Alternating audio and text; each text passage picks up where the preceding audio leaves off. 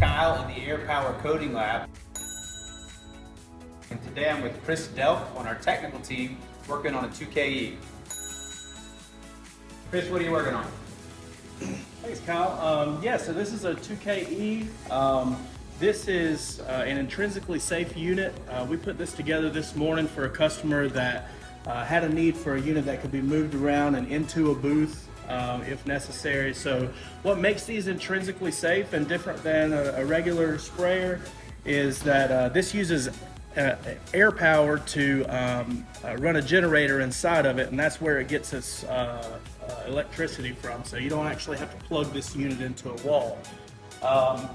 This also runs with meters instead of a pump, so you have an external pump unit to your base mix, to your components, and then it runs those through the meters, so there's no need to have pumps on the unit here. We just assembled this and tested it today because we want to make sure that everything's working properly and we don't have to make any extra changes for the customer. So when we take it there, it'll just be turnkey operation for them. They'll be able to hook it up and start using it. Cool.